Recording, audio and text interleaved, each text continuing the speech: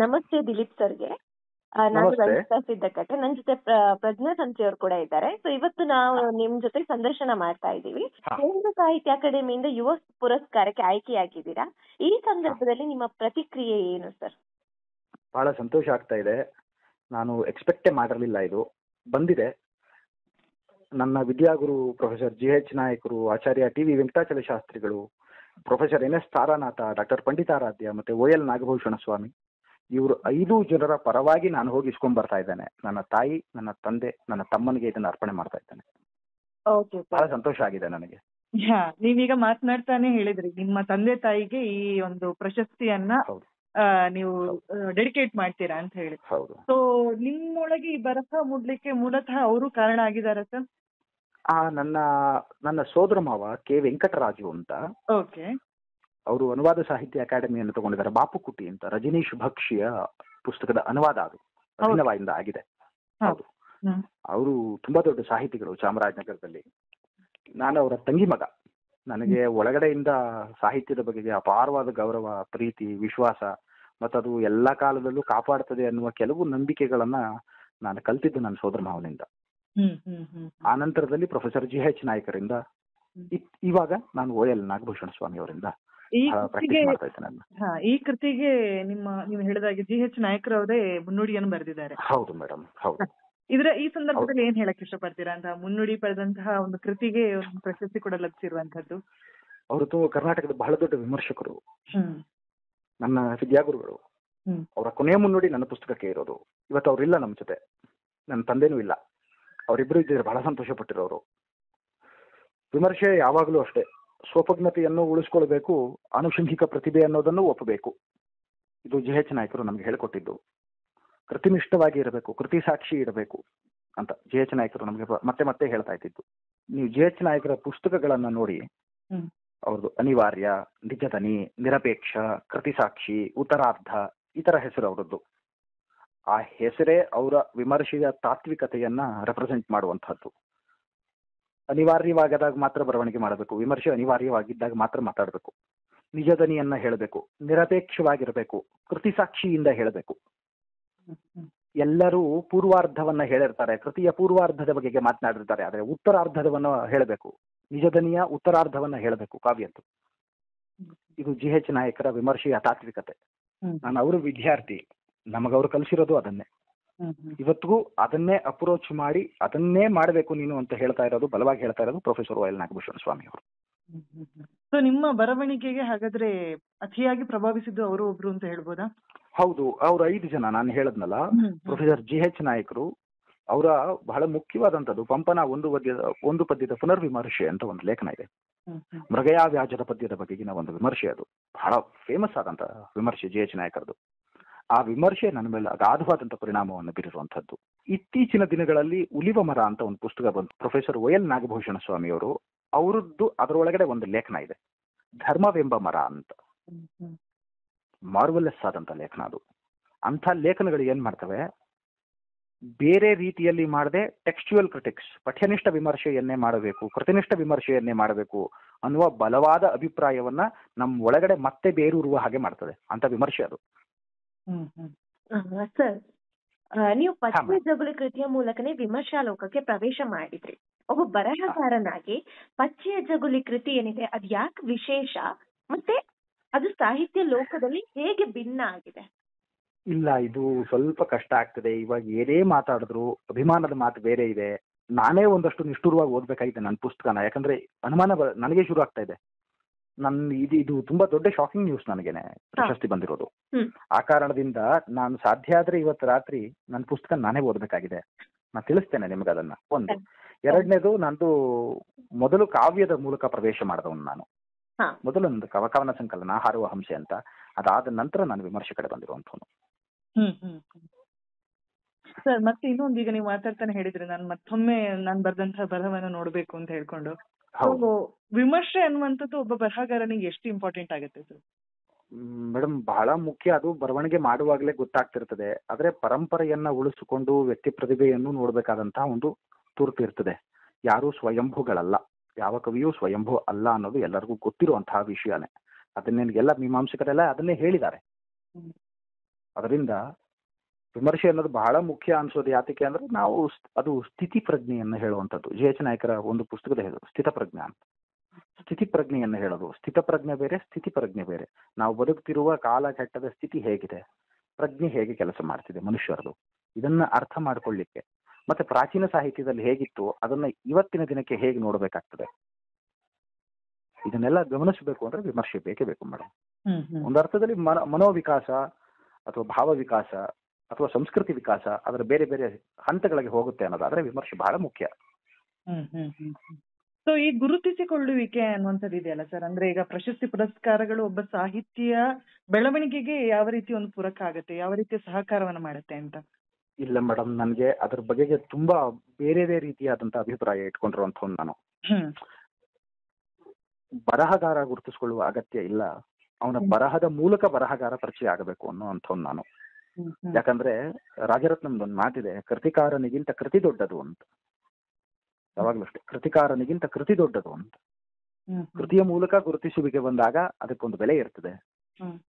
ಕೇವಲ ಬರಹಗಾರ ಗುರುತಿಸ್ಕೊಳ್ತಾ ಹೋಗ್ತಾನೆ ಅಂದ್ರೆ ಸ್ವಲ್ಪ ಕಷ್ಟ ಆಗ್ತದೆ ನಂಬಲಿಕ್ಕೆ ಬರಹವನ್ನ, ನನಗೆ ಆಸ್ ಎ ಪರ್ಸನಲ್ ನನಗೆ.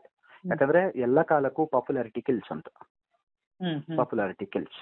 ಒಳಗಡೆಯಿನ ಅಂತಸತ್ವವನ್ನ ಎಳೆದ ಆಚೆಗೆ ಹಾಕಿ ಮುಗಿಸ್ಬಿಡ್ತದೆ. ನೀವು ಒಳಗಡೆ ಇಟ್ಕೊಂಡ್ರೆ ಅದು ಬೆಳಗ್ತದೆ, ಪಸರಿಸ್ತದೆ, ಏನೋ ಒಂದು ಆಗ್ತದೆ, ತುಂಬಾ ಟೈಮ್ ತಗೊಳುತ್ತೆ ಅದಕ್ಕೆ.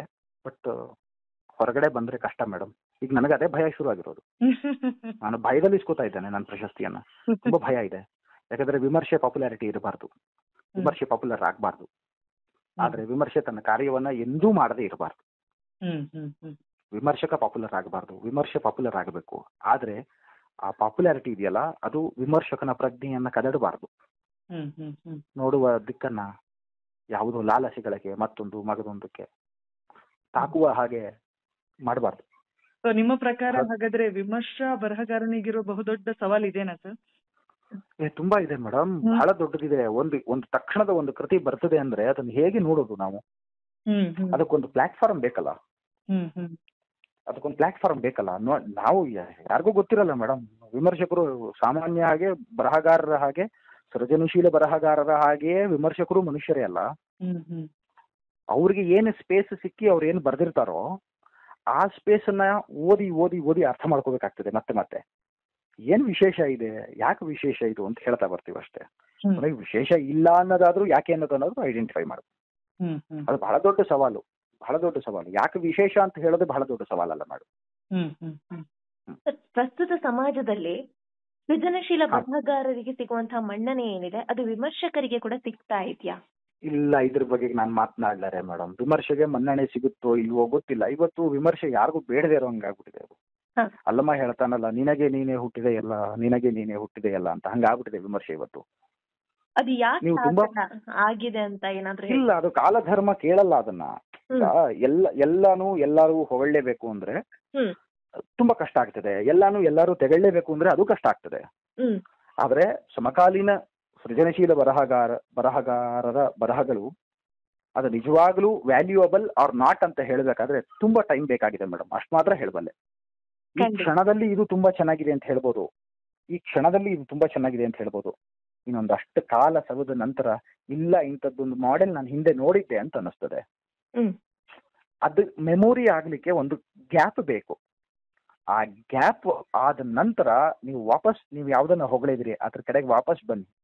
ಅವಾಗ ಗೊತ್ತಾಗ್ತದೆ ನಾವೇನು ತಪ್ಪು ಮಾಡಿದ್ವಿ, ನಾವೇನು ಸರಿ ಮಾಡಿದ್ವಿ ಅನ್ನೋದು ನಮಗೆ ಗೊತ್ತಾಗ್ತದೆ, ಬೇರೆಯವ್ರಿಗೆ ಹೇಳಬೇಕಾಗಿಲ್ಲ ಅದು. ಆ ಗ್ಯಾಪ್ ಕೊಟ್ಕೊಳ್ಳೋದನ್ನ, ಆ ಅಂತರವನ್ನ ಕೊಟ್ಕೊಳ್ಳೋದನ್ನ ಕಲಿಬೇಕು. ವೇಗವಾಗಿ ಬರವಣಿಗೆ ಮಾಡೋದಕ್ಕಿಂತ ನನ್ನ ಪ್ರಕಾರ ಈ ರೀತಿ ತುಂಬಾ ಸೂಕ್ಷ್ಮವಾಗಿ ನಿಂತು ನೋಡಿ ಹೋಗುವ ಕೆಲಸ ಇದು. ನಿಂತು ನೋಡಿ ಹೋಗುವ ಕೆಲಸ ಅದನ್ನ ಬಹಳ ಸೂಕ್ಷ್ಮವಾಗಿ ಮಾಡ್ತಾ ಇರಬೇಕು ಅಂತ ನನಗನ್ಸೋದು ಯಾವಾಗ್ಲೂ. ಬಟ್ ಹೊರಗಡೆ ಇದು ಒಪ್ಪದೇ ಇದ್ರೆ ಗೊತ್ತಾಗಲ್ಲ, ಅದು ಏನೂ ಹೇಳಕ್ಕಾಗಲ್ಲ ಮೇಡಮ್. ತುಂಬಾ ಕಷ್ಟ ಆಗ್ತದೆ. ಯಾಕಂದ್ರೆ ತುಂಬಾ ವಿಮರ್ಶೆಗಳು ಬರ್ತಾ ಇದೆ ಅಂದಾಗ ನಾನು ಈ ತರದ್ದು ಏನೋ ಒಂದು ಮಾತಾಡ್ತೀನಿ ಅಂದಾಗ ಅದು ತುಂಬಾ ಬೇರೆ ತರ ಅನ್ನಿಸ್ತದೆ ಹೊರಗಡೆ ಅಭಿಪ್ರಾಯ. ಸರ್, ಇದರ ಆಚೆಗೆ ಪಂಪ ಅಂದ್ರೆ ನಿಮ್ಗೆ ಯಾಕೆ ಇಷ್ಟ? ಅವ್ನು ನನ್ನ ಫೇವ್ರೇಟ್ ಕವಿ. ಜೀವಮಾನದಲ್ಲಿ ಒಬ್ಬ ಕವಿಯನ್ನ ಯಾರಾದ್ರೂ ಇಷ್ಟಪಟ್ಟು ಓದಬಹುದು ಅನ್ನೋದಾದ್ರೆ, ಅಂತ ಪಟ್ಟಿ ಒಂದು ಮಾಡು ಅನ್ನೋದಾದ್ರೆ ನಿರ್ವಿವಾದವಾಗಿ ಸಾಯೋವರ್ಗ ಆರಾಮಾಗಿ ಇಟ್ಕೊಂಡು ಓದಿ ಸಾಯಬಲ್ಲ ಆದಂತ ಒಂದು ಪುಸ್ತಕ ಒಂದೇನೆ, ಭಾರತ ವಿಕ್ರಮಾರ್ಜುನ ವಿಜಯ. ಅದು ಯಾತಕ್ಕೆ ಅಂತಾನು ಹೇಳ್ತೀನಿ. ಅವನು ಬಹಳ ದ್ವಂದ್ವದಲ್ಲಿ ನಿಂತಂಥವನು, ಪಾಪ ಒತ್ತಡಗಳಲ್ಲಿ ನಿಂತಂಥವನು. ಇವತ್ತಿಗೂ ಅಷ್ಟೇ ಶಾಂತಿ ಪುರಾಣಕ್ಕಾಗಲಿ ಇತರ ಕಾವ್ಯ ಜೈನ ಕಾವ್ಯಗಳಿಗೆ ಸಿಕ್ಕ ಮನ್ನಣೆ ಆದಿಪುರಾಣಕ್ಕೆ ಸಿಕ್ಕಿಲ್ಲ. ವಿಕ್ರಮಾರ್ಜುನ ವಿಜಯಕ್ಕೆ ಆ ಕಾಲದಲ್ಲಿ ಮನ್ನಣೆ ಸಿಕ್ತೋ ಇಲ್ವೋ ಗೊತ್ತಿಲ್ಲ ನಮಗೆ. ಅವನು ಆನಂತರದಲ್ಲಿ ಒಂದಷ್ಟು ಕೊಟ್ಟ ಅಂತ ಹೇಳ್ತಾನೆ ಗಂಗಾಧರಂ ಶಾಸನದಲ್ಲಿ. ನನ್ನ ಅಣ್ಣನಿಗೆ ಇಂತಿಂತದ್ದೆಲ್ಲ ಬಂತು ಅಂತ ಅವನು ತಮ್ಮ ಜಿನವಲ್ಲಭ ಹೇಳ್ತಾನೆ ಗಂಗಾಧರಂ ಶಾಸನದಲ್ಲಿ. ಅದನ್ನ ಇಟ್ಕೊಂಡು ನಾವು ಒಂದಷ್ಟು ಮಾತನಾಡ್ತೇವೆ. ಆದ್ರೆ ಅವ ಬ್ರಾಹ್ಮಣನಾಗಿದ್ದು ಜೈನ ಧರ್ಮಕ್ಕೆ ಕನ್ವರ್ಟ್ ಆದವರು, ಅಥವಾ ಜೈನ ಧರ್ಮವನ್ನ ಒಪ್ಪದವರು, ಅಥವಾ ಜೈನ ಧರ್ಮವನ್ನು ಪುರಸ್ಕರಿಸಿದವರು, ಇತ್ಯಾದಿ ಕಾರಣಗಳಿಂದ ಬ್ರಾಹ್ಮಣರು ಆ ಕಾವ್ಯವನ್ನ ಓದಿದ್ರ, ವಿಕ್ರಮಾರ್ಜುನ ವಿಜಯವನ್ನ, ಅಥವಾ ವೈದಿಕರು ಓದಿದ್ರ, ಅಥವಾ ಹಿಂದೂ ಧರ್ಮದವರು ಓದಿದ್ರ ಅನುಮಾನ ಇದೆ. ಅದೇ ರೀತಿ ಅವ ಬೇರೆ ಕಡೆಯಿಂದ ಬಂದವನು ಅನ್ನುವ ಕಾರಣಕ್ಕೆ ಆದಿಪುರಾಣವನ್ನ ಬೇರೆಯವರು ಓದಿದ್ರ, ಬರೆದವರು, ಈ ಪ್ರಶ್ನೆಗಳು ನನ್ನನ್ನು ತುಂಬಾ ಕಾಡ್ತವೆ. ಇವತ್ತಿಗೂ ನಾವಷ್ಟೇ ಒಂದಷ್ಟು ಪ್ರಗತಿಶೀಲ ತತ್ವಗಳನ್ನ ಇಟ್ಕೊಂಡವರು ಎಲ್ಲ ಕಾಲದಿಂದಲೂ ಅವರು ಜಾತಿಯಿಂದಲೂ ಹೊರಗಡೆಯಿಂದಲೂ ಹೊರಗು. ಆತರ ಕುವೆಂಪು ಹೇಳ್ತಾರಲ್ಲ, ಬಡವರಿಗೆ ಬಡವರಲ್ಲದೆ ಬೇರೆ ಗತಿಯುಂಟೇ ಲೋಕದೊಳ್ಳು ಅಂತ ಜಲಗಾರದಲ್ಲಿ.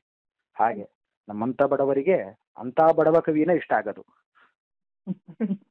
ಪಂಪನ ಬಗ್ಗೆ ಸಾಕಷ್ಟು ಅಭಿಮಾನವಿರುವ ನಿಮ್ಮಿಂದ ಮುಂದಿನ ದಿನಗಳಲ್ಲಿ ಅವನ ಕುರಿತಾದ ಯಾವ್ದಾದ್ರು ಒಂದು ಪುಸ್ತಕದ ಅಪೇಕ್ಷೆಯನ್ನು ಇಟ್ಕೊಳ್ಬಹುದಾ? ಗೊತ್ತಿಲ್ಲ ಮೇಡಮ್, ಇವೆಲ್ಲ ಸಡನ್ ಅಲ್ಲಿ ಕ್ರಿಯೇಟ್ ಆಗ್ಬಿಡುವಂತವು. ಪ್ಲಾನ್ ಹಾಕೊಂಡ್ ಬರ್ದೇ ಇಲ್ಲ ನಾನು. ಯಾವ್ದು ಪ್ಲಾನ್ ಹಾಕೊಂಡ್ ಬರೆಯಕ್ಕಾಗಲ್ಲ. ಖಂಡಿತ.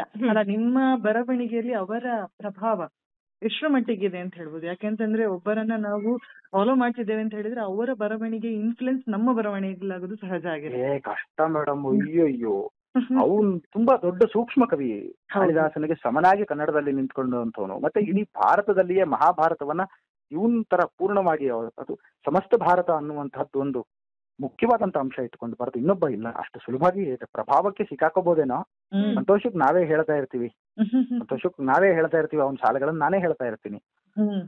ಎಲ್ಲೋ ಬದುಕಿನ ಯಾವುದೋ ಒಂದು ಅನುಭವದ ಜೊತೆ ಟಕ್ಕಂತ ಕ್ರಿಯೇಟ್ ಆದ ತಕ್ಷಣ ಹೇಳ್ತೀವಿ. ಈಗಲೂ ಅಷ್ಟೇ ಈ ಪ್ರಶಸ್ತಿ ಬಂದಿರೋದು ಸಹ ಉಸಿರು ಕಟ್ಟುವಂತಹ ವಾತಾವರಣನೇ ಆಗಿದೆ ನನಗೆ ಬೆಳಗ್ಗೆಯಿಂದ. ಇದನ್ನೇ ಹೇಳಿದ್ದಾನೆ ಬಾಹುಬಲಿ, ನೆಲೆಸುಗೆ ನಿನ್ನ ವಕ್ಷದೊಳೆ ನಿಚ್ಚಳಂ ಈ ಭಟಕಡ್ಗ ಮಂಡಲೋತ್ಪಲವನ ವಿಭ್ರಮ ಭ್ರಮರಿಯರ್ರಪ ಮನೋಹರಿ ರಾಜ್ಯಲಕ್ಷ್ಮಿ ಅಂತ. ಅಲ್ಲಿಗೆ ನಿಲ್ಲಿಸಬೇಕು. ಅಲ್ಲಿಗೆ ನಿಲ್ಲಿಸಿದ್ರೆ ಉಸಿರು ಕಟ್ಟುತ್ತೆ ಛಂದಸ್ಸು.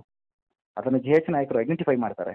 ಈ ಪ್ರಶಸ್ತಿ ಸಹ ನನಗೆ ಅದೇ ರೀತಿಯ ಒಂದು ಉಸಿರು ಕಟ್ಟುವ ರೀತಿಯಲ್ಲೇ ಆಗ್ತಾ ಇದೆ. ತುಂಬಾ ಕಷ್ಟ ಆಯ್ತು ಫೇಸ್ ಮಾಡೋದು. ಇವಾಗ ಅನಿಸ್ತಾ ಆ ಪದ್ಯ ನನಗೇ ಬರದ್ನೇನೋ ಅವನು ಅಂತ, ನನಗೆ ಬರ್ದಿದ್ದಾನ ಅವನು ಅಂತ. ಸರ್, ಕಡೆಯದಾಗಿ ಯುವ ವಿಮರ್ಶಕರಿಗೆ ನೀವು ಕೊಡುವಂತಹ ಸಲಹೆ ಏನಾದ್ರೂ ಇದೆಯಾ? ಏನೂ ಸಲಹೆ ಇಲ್ಲ ಮೇಡಮ್, ಏನೂ ಸಲಹೆ ಇಲ್ಲ. ನಾನು ಪ್ರವಾದಿ ಅಲ್ಲ ಮೇಡಮ್. ವಿಮರ್ಶೆ ಪ್ರವಾದಿತ್ವವನ್ನ ಮುಟ್ಟಲ್ಲ ಮೇಡಮ್. ಅದೊಂದು ಅನುಭವದ ಹಸ್ತಾಂತರದ ಒಂದು ಮಾಧ್ಯಮ ಅಷ್ಟೇ, ಒಂದು ಹಸ್ತಾಂತರದ ಮಾಧ್ಯಮ.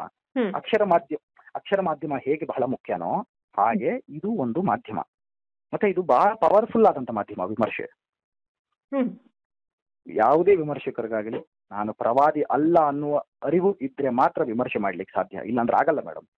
ಅಲ್ಲ, ಈಗ ನೀವು ಹೇಳಿದ್ರಲ್ಲ ಸರ್, ಈಗ ಒಬ್ಬ ವಿಮರ್ಶಕನಿಗೆ ಬರುವಂತಹ ವಿಮರ್ಶೆ, ಅದಕ್ಕೆ ವಿಮರ್ಶಕನಾದವರು ತೆರೆದುಕೊಳ್ಳುವ ರೀತಿ ಯಾವ ತರ ಇರ್ಬೇಕು ಅಂತ ಹೇಳಿ. ಏನು ಇಲ್ಲ ಮೇಡಮ್, ಎರಡೇ ದಾರಿ. ನಾವು ಒಬ್ಬ ವಿಮರ್ಶಕ ಏನಾದ್ರು ಒಂದು ವಿಮರ್ಶೆ ಬರೆದಿದ್ದಾನೆ ಅಂದ್ರೆ ಅವನು ಕೃತಿಯನ್ನ, ಅಂದ್ರೆ ಯಾವ ಕೃತಿಯನ್ನ ತಾನು ಅವಲೋಕನ ಮಾಡಿದಾನೋ, ಪರಾಮರ್ಶೆ ಮಾಡಿದಾನೋ, ಆ ಕೃತಿಯನ್ನ ಸಾಕ್ಷಿಯಾಗಿ ಇಟ್ಟು ತನ್ನ ವಿಮರ್ಶೆಯನ್ನ ನಿಲ್ಲಿಸ್ತಿರ್ತಾನೆ, ತನ್ನ ಅಭಿಪ್ರಾಯವನ್ನ ನಿಲ್ಲಿಸ್ತಾ ಇರ್ತಾನೆ. ಆ ವಿಮರ್ಶೆ ಸರಿ ಇಲ್ಲ ಅಂದ ರೀತಿಯಲ್ಲಿ ಇನ್ನೊಂದು ವಿಮರ್ಶೆಯನ್ನ ಬರೆದಿರುವ ವಿಮರ್ಶಕನ ವಿರುದ್ಧ ನಿಲ್ಲಿಸಬೇಕಾದ್ರೆ ಅಷ್ಟೇ ಪಠ್ಯನಿಷ್ಠವಾಗಿ ಅವನ ರೀತಿಯಲ್ಲಿಯೇ ನಾವು ಕ್ರಮದಲ್ಲಿ ಅನುಸರಿಸಬೇಕು. ಅಂದ್ರೆ ಇದು ಹೆಂಗೆ ಅಂದ್ರೆ ನೀವು ಪಠ್ಯನಿಷ್ಠದಲ್ಲೇ ಉತ್ತರ ಕೊಡ್ಬೇಕಾಗ್ತದೆ.